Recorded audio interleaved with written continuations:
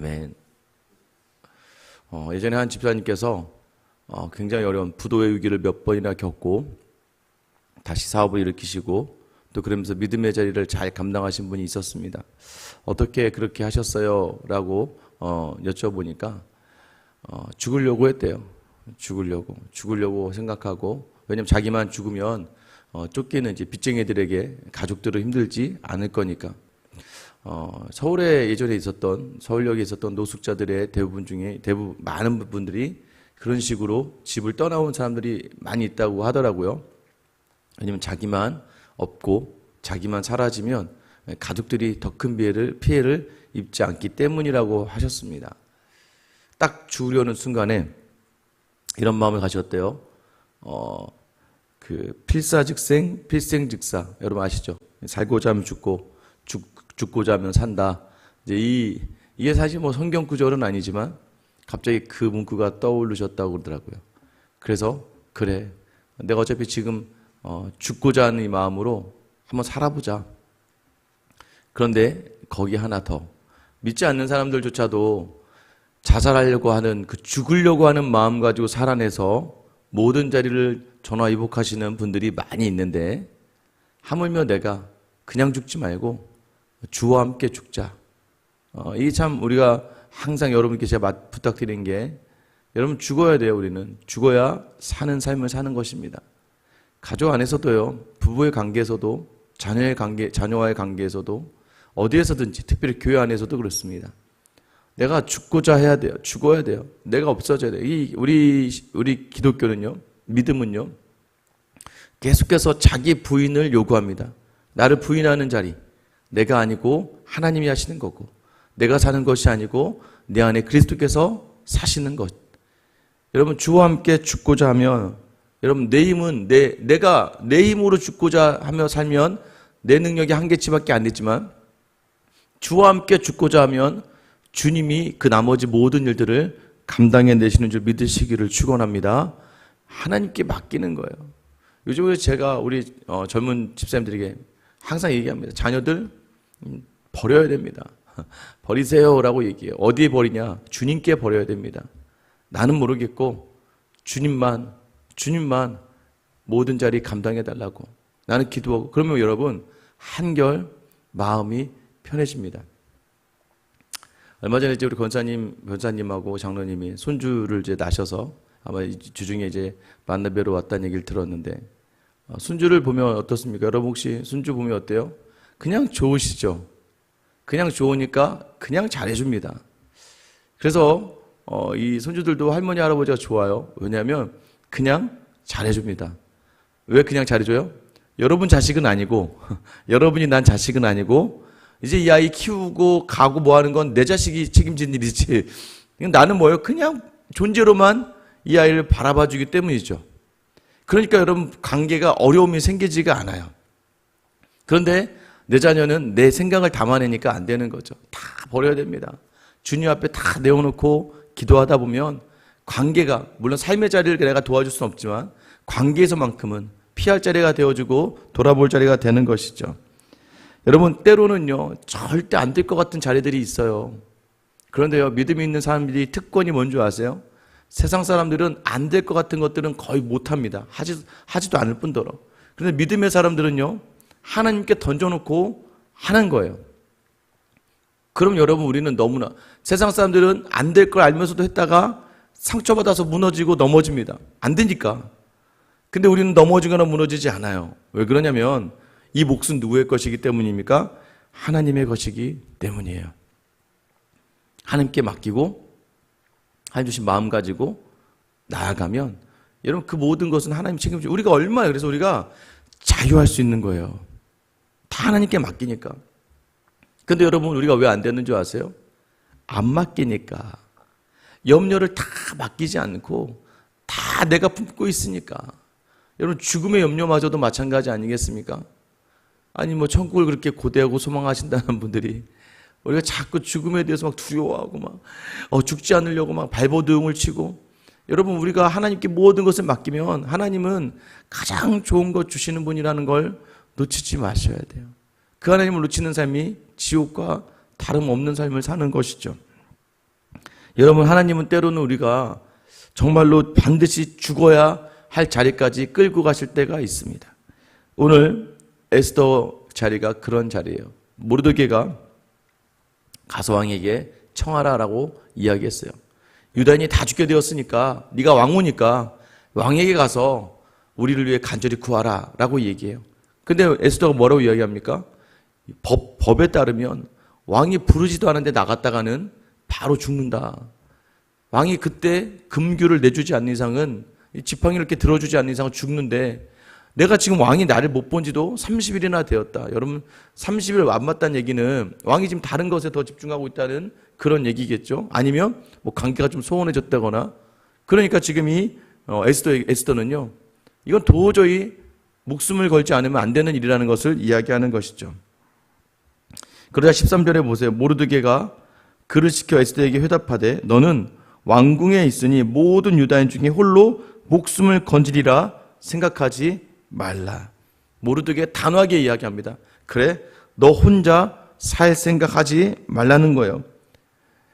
이해는 돼. 이해도 충분합니다. 왕이 부르지 않으면 나가다 죽으니까. 그러나 그럼 너 혼자 사는 거야 이제. 너 어차피 죽어. 우리 다 죽고 너 혼자 그렇게 한번 살아봐라 라고 이야기하면서 더 강하게 이야기하면 14절이죠. 이때 네가 만일 잠잠하여 말이 없으면 유다인은 다른 데로 말미암아 노임과 구원을 얻으려니와 너와 내 아버지의 집은 멸망하리라. 네가 왕후의 자리를 얻는 것이 이때를 위함이 아닌지 누가 알겠느냐 하니. 여러분, 지금 이 모르드게 뭐라고 이야기합니까? 네가 잠잠하면 그래? 근데 장담하건대 유대인은 다른 데로 말미암아 노임과 구원을 얻을 것이다. 여러분, 모르드게가요, 기본적인 신앙이 아주 단단한 사람입니다. 하나님은 말이다, 자기 백성을 절대 포기하지 않으셔. 일하실 거야. 그래서 중요해 기억해야 되는 게, 이때는 지금 너의 때인데 네가 이때에 네가 하지 않으면 다른 사람이 하게 될 거야. 이 얘기는 무엇입니까? 하나님은 네가 아니어도 이것을 하게 하실 사람들을 세우시는 분이야. 그런데 지금 너에게 이 때를 위해서 그 자리를 허락해 준 거라는 것을 놓치지 말라는 거예요. 더 나아가서 왕보다 더 무서운 하나님이 있다는 걸 놓치지 말아라 라고 이야기하는 거예요. 우리는요, 교회 안에서도 뭔가 조금 하면 우리 스스로 우쭐하는 경우가 좀 있습니다. 그것도 내가 아니면 다 안 될 것 같은 그런 교만한 자리들이 우리에게 좀 있어요. 신앙생활 하다가도 저도 그렇지만 많은 분들이 그럴 때가 있어요. 저는 그럴 때마다 매번 그 생각을 해요. 제가 여러분에게 누누이 말씀드렸잖아요. 제가 대학원을 갔을 때 직장생활 잘하다가 정말 회사 안에서도 많은 칭찬과 인정을 받고 있었고, 계속해서 누가 봐도 제가 당연히 승진하고 계속해서 승승장구할 거로 보였고, 또 가정도 경제적으로 굉장히 안정적이고 많은 부분에 있어서 편안할 수 있는 삶의 자리였고, 그러다 보니까 신학대학원을 딱 가고 나서부터 저도 모르게 공부는 하겠는데 저도 제 입에서 내가 말이야 내가 여기 있을 사람이 아니야. 내가 여기서 이렇게 가끔 가다가 이제 그런 이야기를 하게 됐대. 옆에 듣고 있던, 물론 다른 이제 전사님들이 당연히 저한테 함부로 할 수 없는데, 옆에 듣고 있던 제 친한 친구 목사님께서, 재현아, 하고 싶지 않으면 안 해도 돼. 하나님 너 말고도 사용할 수 있는 사람이 많아. 기분 나쁘게 얘기한 게 아니라, 왜냐면 제가 내가 말이야 이렇게 얘기하니까, 너 없어도 돼. 하나님이 사용하실 사람이 없으셔서 너를 택했겠니? 너에게 가장 좋은 것 주시려고 이 자리에 부르신 거야. 그 다음부터 제가 다시는 내가 말이야 이런 얘기들, 내가 말이야 이런 얘기들을 하지 않으려고 결단했던 것 같아요.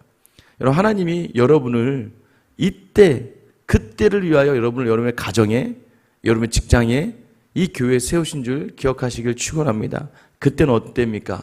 공동체가 어려운 그때는 나를 그 공동체에 보낸 이유가 거기 있는 거예요. 목회를 하다 보면은 항상 마지막 선에 서야 될 때가 많습니다. 특히 이제 아직 작은 교회이다 보니까 모든 결정뿐만 아니라 어떤 모든 불편하고 누군가가 맡으면 굉장히 어려울 수밖에 없는 자리들을 스스로 해야 될 때가 있어요. 그럴 때마다 항상 이 마음을 갖추시는 것 같아요. 그래, 이때를 위해서 나를 이곳에 보내신 거지. 이때를 위해서 나를 세우신 거지. 여러분 기억하시길 바라요. 여러분 공동체 특별히 이 교회의 험한 자리에 여러분을 그때를 위해서 세우셨다는 것을 기억하셔야 됩니다. 그리고 계속해서 또 기도하셔야 돼요.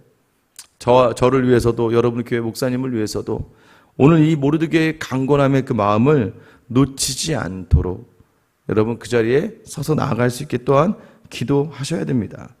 여러분 이 모르드게 강건의 15절 16절 에스더가 모르드게에게 회답하여 이르되 당신은 가서 수산에 있는 유다인을 다 모으고 나를 위하여 금식하되 밤낮 3일을 먹지도 말고 마시도 마소서 나도 나의 시녀와 더불어 이렇게 금식한 후에 규례를 어기고 왕에게 나아가리니 죽으면 죽으리이다 하니라.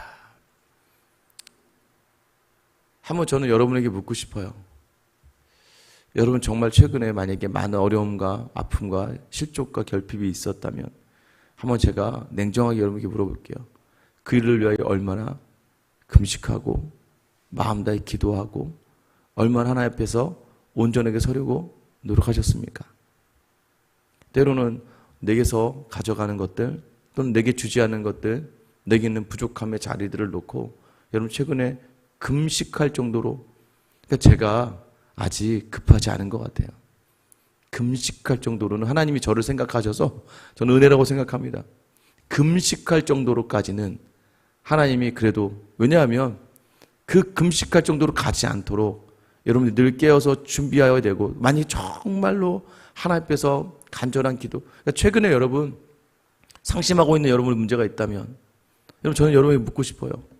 그 문제를 위하여 언제 하나님께 간절한 마음으로 기도했느냐 이거예요.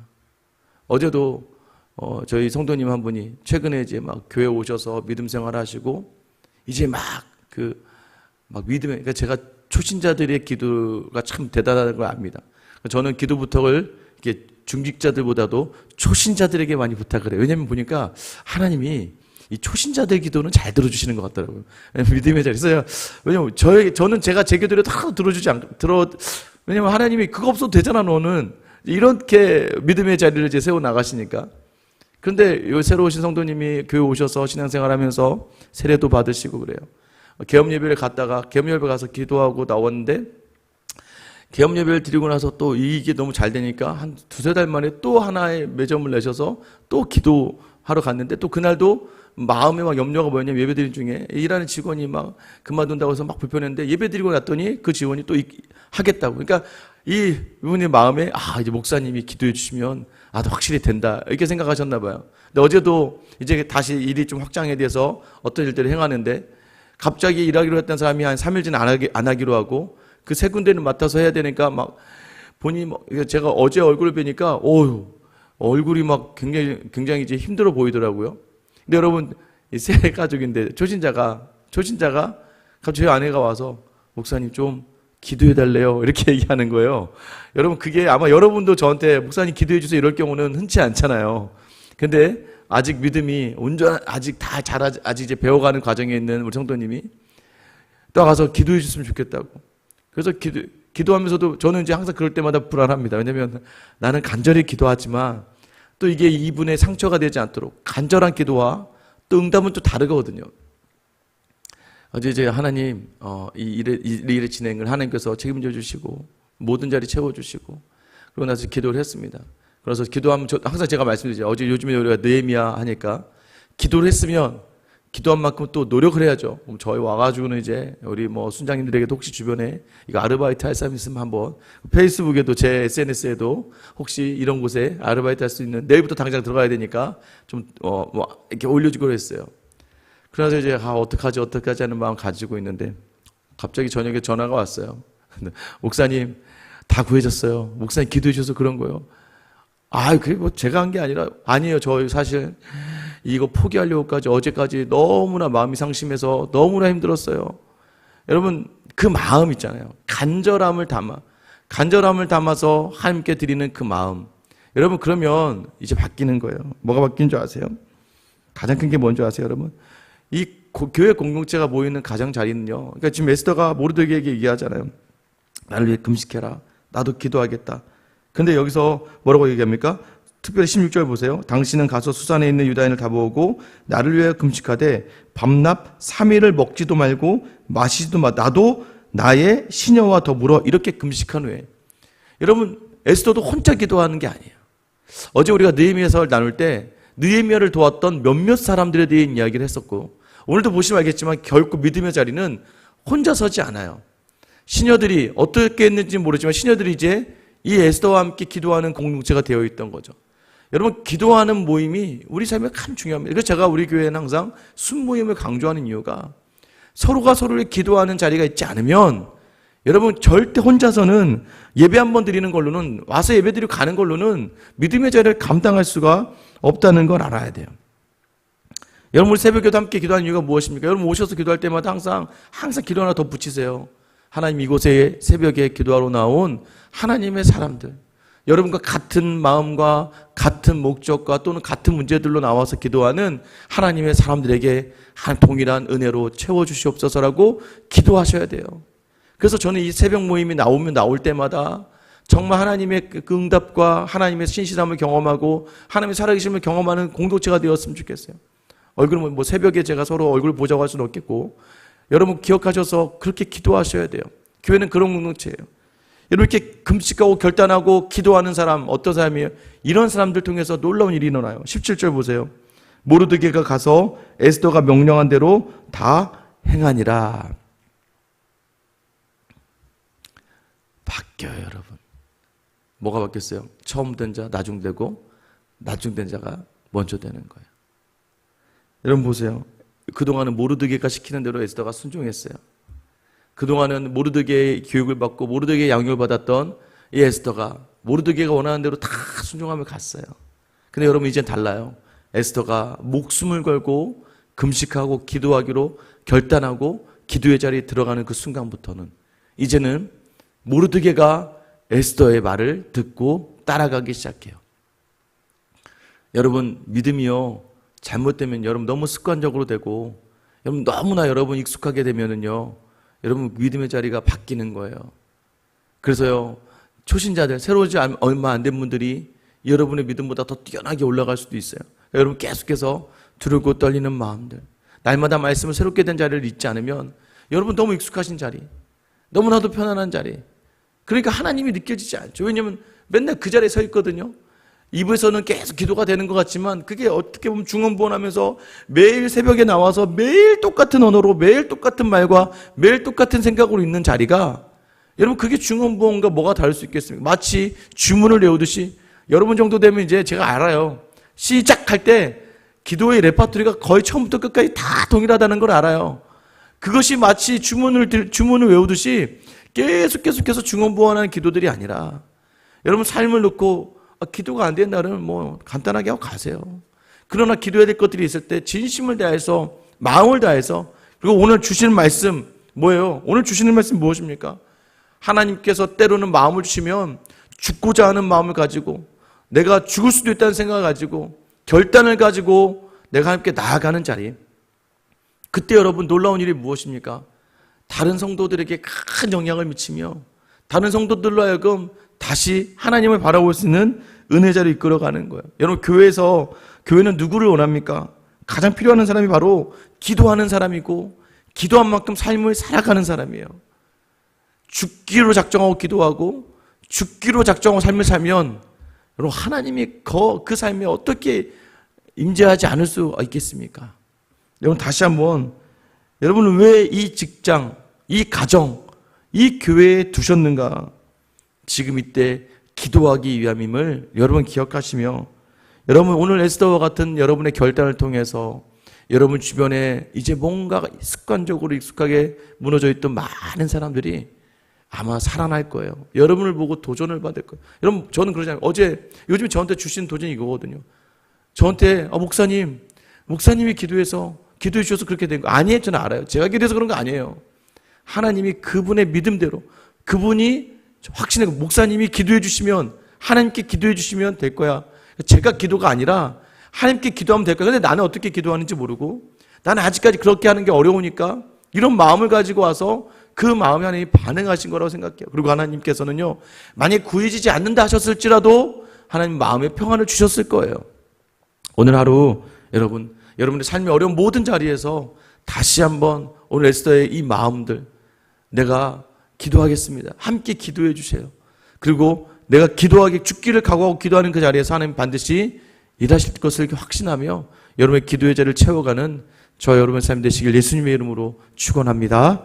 기도하겠습니다. 하나님, 죽으면 죽으리라 하는 이 기도의 결단의 자리들, 아버지 나에게 여러 염려와 근심과 두려움 속에서 이러한 결단과 기도가 있었는가? 매번 내 삶이 무너진 자리를 놓고 불평하고 원망하는 자리에서 만약 하나님께서 너 정말 진실되게, 너 정말 결단하며 기도하며 그 자리에 서 있느냐 물으신다면 하나님, 우리가 어떻게 주님께 답할 수 있겠습니까? 그러나 확실한 것 하나는, 우리가 간절히 전력을 다해 기도했을 때 하나님은 단 한 번도 우리를 외면하지 않으셨다는 것을 다시 한번 생각하며 오늘도 전심과 마음을 들여 믿음으로 기도하며 삶을 살아가는 귀한 하루가 살게 하여 주시옵소서. 하나님께 기도하면 바뀝니다. 기도하고 나아가면 살려주시고 모든 것을 변화시켜 주실 줄 믿사오니 오늘 우리를 긍휼히 여겨셔서 우리의 기도에 응답하시고 하나님의 마음을 주시고 담대하게 살아내는 저 우리 모든 성도들 다 되게 하여 주시옵소서. 감사하며 예수님의 이름으로 기도드립니다.